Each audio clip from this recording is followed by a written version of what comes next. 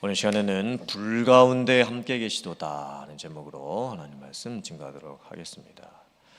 지금 금요 예배 시간을 통해서 다니엘서 말씀을 나누고 있습니다.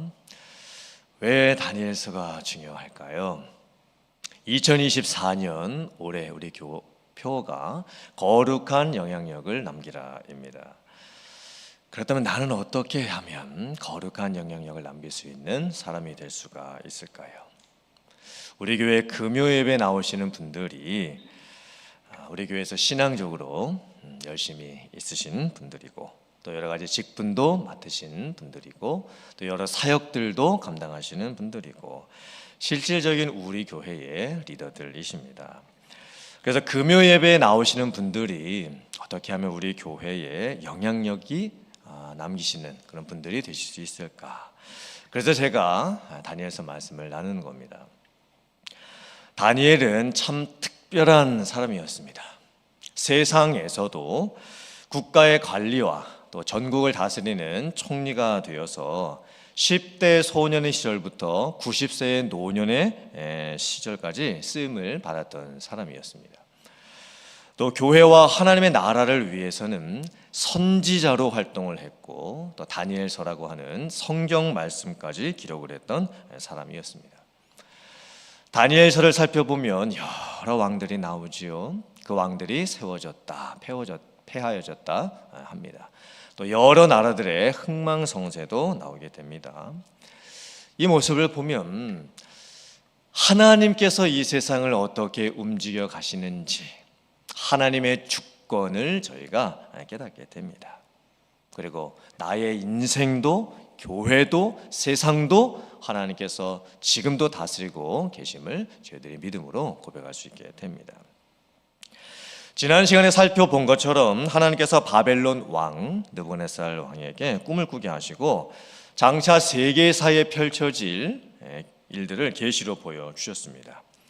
그 꿈의 핵심 내용은 이 세상에 많은 왕들이 있지만, 또 많은 나라들이 있지만 결국에는 다 망하게 될 것이다. 그리고 하나님의 나라만이 완성되게 될 것이다. 그런 내용이었습니다.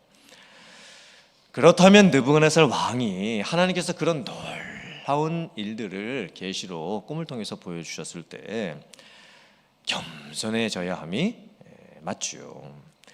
그리고 본인이 왕이긴 하지만 나 역시 아무것도 아니구나, 이렇게 자기를 낮추는 것이 맞습니다.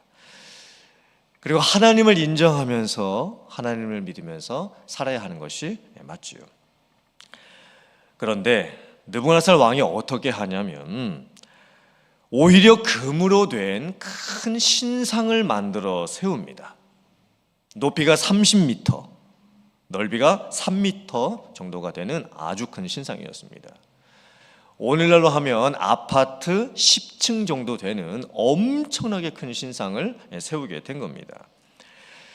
그리고는 금신상을 세우고 나서 낙성식을 거행을 하는데, 바벨론 나라의 모든 수령과 행정관, 모사, 재무관, 재판관, 법률사, 각 지방의 모든 관리들을 다 오라고 합니다. 그리고 그 신상 앞에 절을 하라고 합니다. 만약에 절을 하지 아니하면 풀무불에 넣어서 죽임을 당하게 하겠다라고 협박까지 하게 됩니다. 지금 느부갓네살 왕은 자기 자신을 신격화하고 있습니다. 온 나라 백성들로 하여금 자기를 숭배하도록 만들고 있습니다. 그리고 자기를 섬기지 아니하면, 자기에게 절하지 아니하면 다 죽이겠다라고 협박까지 지금 하고 있는 상황이죠. 느부갓네살 왕의 모습을 보면 느부갓네살 왕의 모습은 전형적인 세상의 영향력, 세상이 보여주는 리더십의 모습입니다. 자기가 가지고 있는 권력, 지위, 물질, 힘들을 이용해서 자기가 다른 사람보다 높은 것을 자랑을 하고, 다른 사람들을 자기 아래에 두고 억압을 하고 누르고, 또 자기의 명령을 무조건 따르게 하고, 또 자기가 좋아하는 사람은 곁에 두고 또 자기가 싫어하는 사람들은 내치는 이런 아주 안 좋은 영향력을 보여주고 있습니다. 느부갓네살 왕이 보여주는 영향력은 악한 영향력이지요. 결코 우리가 따르지 말아야 될 그런 나쁜 모습을 보여주고 있습니다. 이 상황에서 우리는 다니엘의 세 친구였던 사드락, 메삭, 아벳느고의 모습을 살펴볼 필요가 있습니다.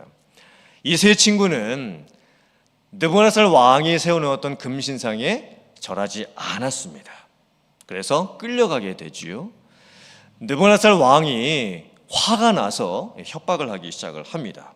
그리고 의도적으로 이렇게까지 이야기를 합니다. 내가 너희 세 명을 극렬히 타는 풀무불 가운데 넣을 것인데 내 손에서 건져낼 신이 누구이겠느냐. 지금 느부갓네살 왕은 의도적으로 신을 언급하고 있습니다. 다니엘의 세 친구가 믿고 있는 여호와 하나님이라고 하는 그 신도 내 손에서 너희들을 건져낼 수는 없을 것이다.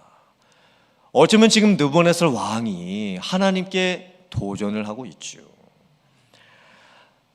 하나님께서 자기에게 꿈을 꾸게 해주셨고 장차 왕들이 어떻게 세워지고 폐하여지고 어떤 나라들이 등장을 하고 망하게 되는지 세계사에 있게 될 놀라운 역사를 미리 계시로 보여주셨습니다. 그런데 느부갓네살 왕은 그 하나님을 믿지를 않습니다.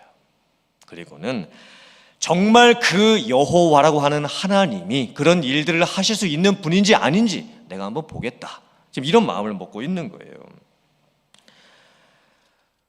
꿈에서 있었던 그 일들이 실제로 일어날 수 있는 일들인지, 정말 이 세상에 많고 많은 신이 있는데 당시 바벨론 나라에서는 다신교 여러 신들을 섬기고 있었죠.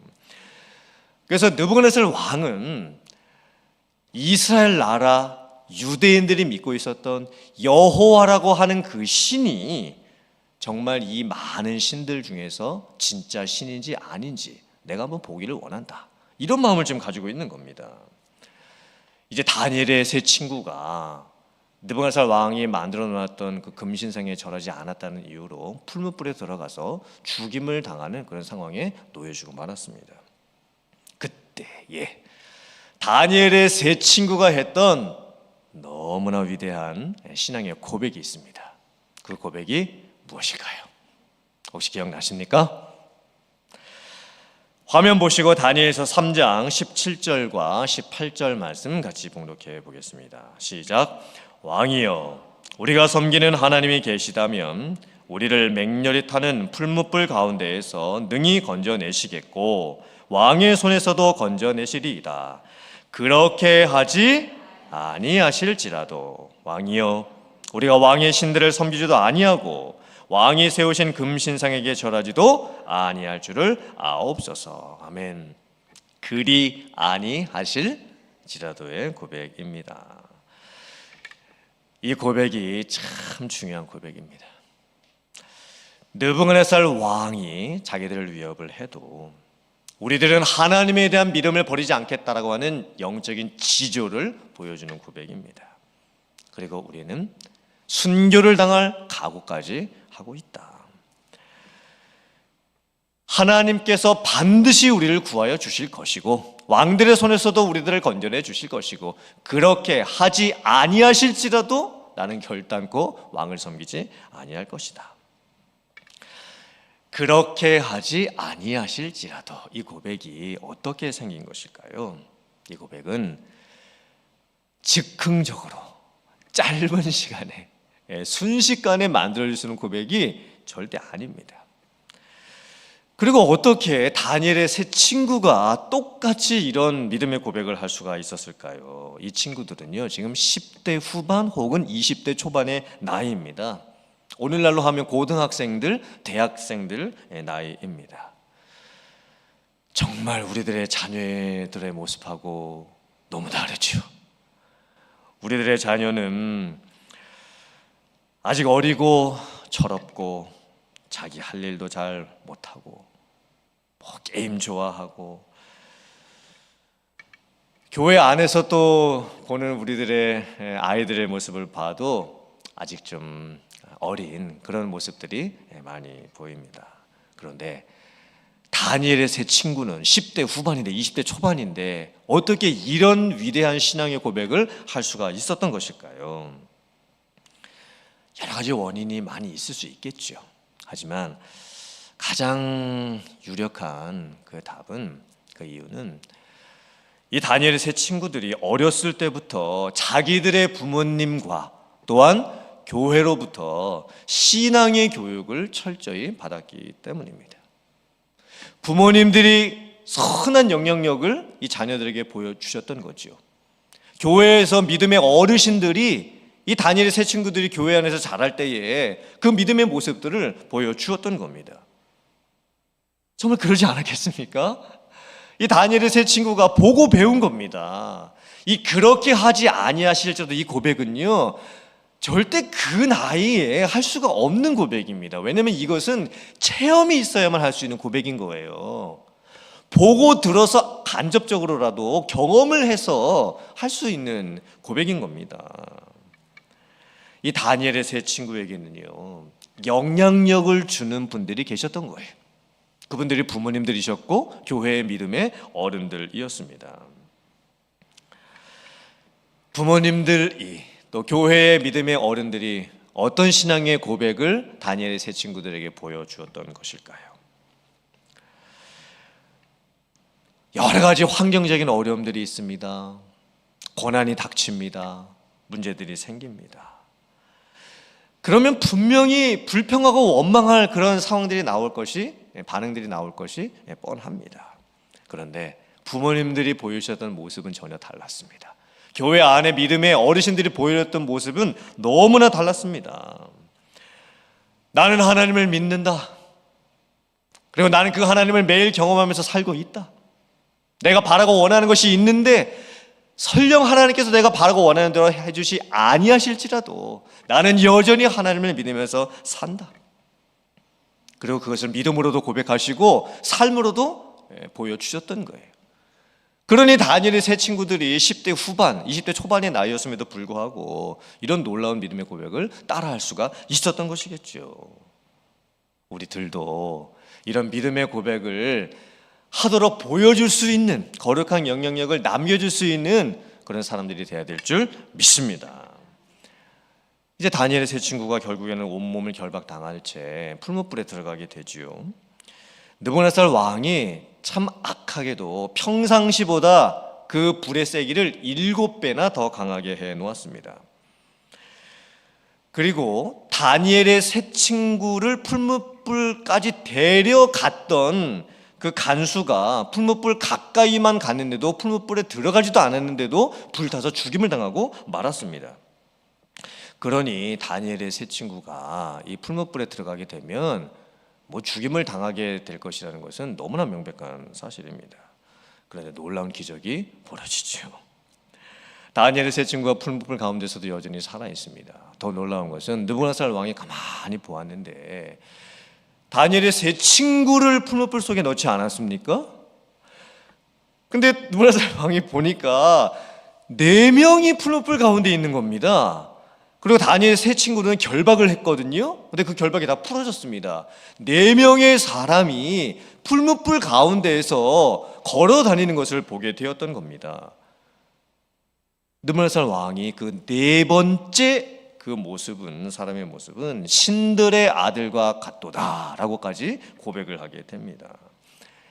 느부갓네살 왕이 깜짝 놀라게 됐지요. 기적이 일어난 겁니다.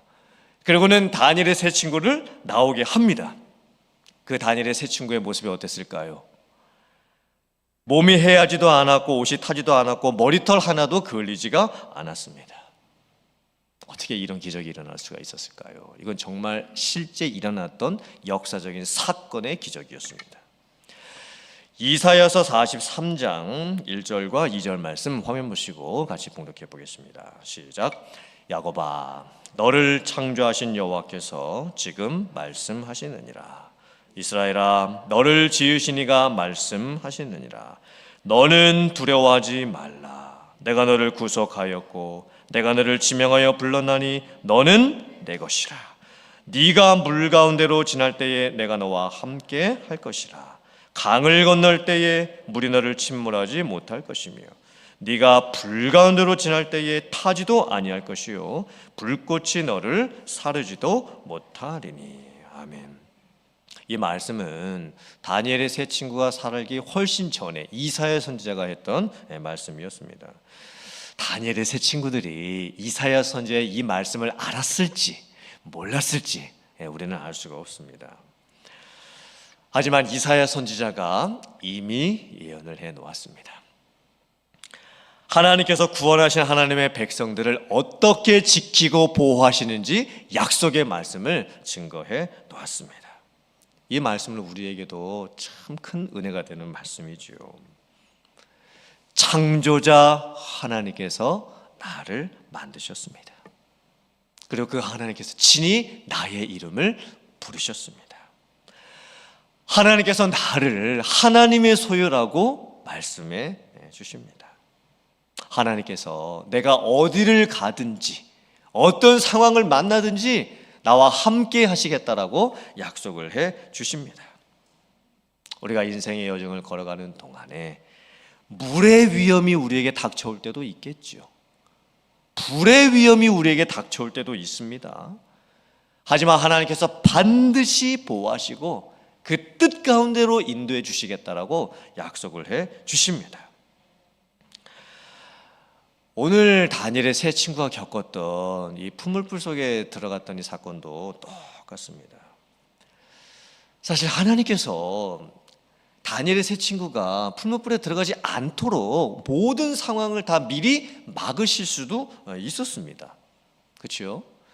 처음부터 아예 고난의 환경이 만들어지지 않도록, 힘들 일들이 일어나지 않도록 아예 처음부터 하나님이 아무 일도 일어나지 않도록 다 막으실 수도 있었습니다. 그런데 하나님께서 그렇게 하지 않으십니다. 하나님께서는 우리들의 인생을 인도하실 때도 마찬가지죠. 하나님께서는 때로는 우리를 물의 위험을 만나게 하십니다. 불의 위험도 겪게 하십니다. 우리들도 풀무풀 가운데 들어가는 것 같은 그런 상황을 겪게 하실 때도 있습니다. 근데 중요한 게 무엇일까요? 하나님께서 불 가운데 함께 계시는 겁니다. 함께 계시는 것이 중요합니다. 하나님께서 고난 가운데 함께 계십니다. 하나님께서 고난을 통과해 갈 수 있도록 우리와 함께 계십니다. 함께 계시는 하나님, 그 하나님이 너무 중요한 것입니다. 다니엘의 세 친구들의 믿음의 모습을 보면 거룩한 영향력을 오히려 보여주고 있습니다. 다른 사람들은 다 신상에 절했습니다. 그런데 다니엘의 세 친구만큼은 그 신상에 절을 하지 않았습니다. 이 모습이 무슨 모습일까요? 거룩한 영향력을 나타내는 모습이죠. 거룩이라고 하는 것이 무슨 뜻일까요? 거룩은 구별되었다라는 뜻입니다. 하나님께서 거룩하신 이유가 무엇일까요? 하나님께서는 세상과 구별된 존재이십니다. 하나님과 같은 분은 없습니다. 하나님은 유일하신 분이십니다. 하나님의 영광과 능력과 권능과 속성은 이 세상 그 누구와도 같지가 않습니다. 그래서 하나님은 거룩하십니다. 왜냐하면 이 세상의 존재로부터 구별되어 계시기 때문입니다. 그런데 구원받은 성도들도 이미 거룩합니다. 왜냐하면 하나님의 성품이 우리에게도 있기 때문입니다. 이미 우리는 거룩한 존재가 되었습니다. 하나님께서 우리를 세상으로부터 불러주셨고, 하나님께서 하나님의 구원받은 백성으로 삼아주셨고, 또 하나님께서 친히 우리들과 동행해주고 계십니다. 그래서 우리가 물의 위험을 만나도 불의 위험을 만나도 이 세상 가운데 어떤 고난과 힘겨운 상황을 만난다 해도 이 세상 사람들과 다르게 살아가는 모습을 우리들은 보여줄 수가 있습니다. 그것이 바로 거룩한 영향력을 나타내는 삶입니다. 오늘 말씀을 저희들이 잘 묵상해 보았으면 좋겠습니다. 그리고 다니엘의 세 친구가 했던 그 믿음의 고백, 그렇게 하지 아니하실지라도. 이 고백이 우리들의 믿음의 고백이 되기를 주님의 이름으로 축원합니다. 그리고 불 가운데 계신 하나님, 또 불 가운데 동행해 주시는 하나님, 그리고 마침내 하나님께서 지켜주시고 인도해 주시고 보호해 주시는 하나님, 그 하나님을 나의 하나님으로 믿음으로 고백하면서 여러분들도 이 세상에 거룩한 영향력을 남기며 살아가는 그런 분들 다 되실 수 있기를 주님의 이름으로 축원합니다. 아멘.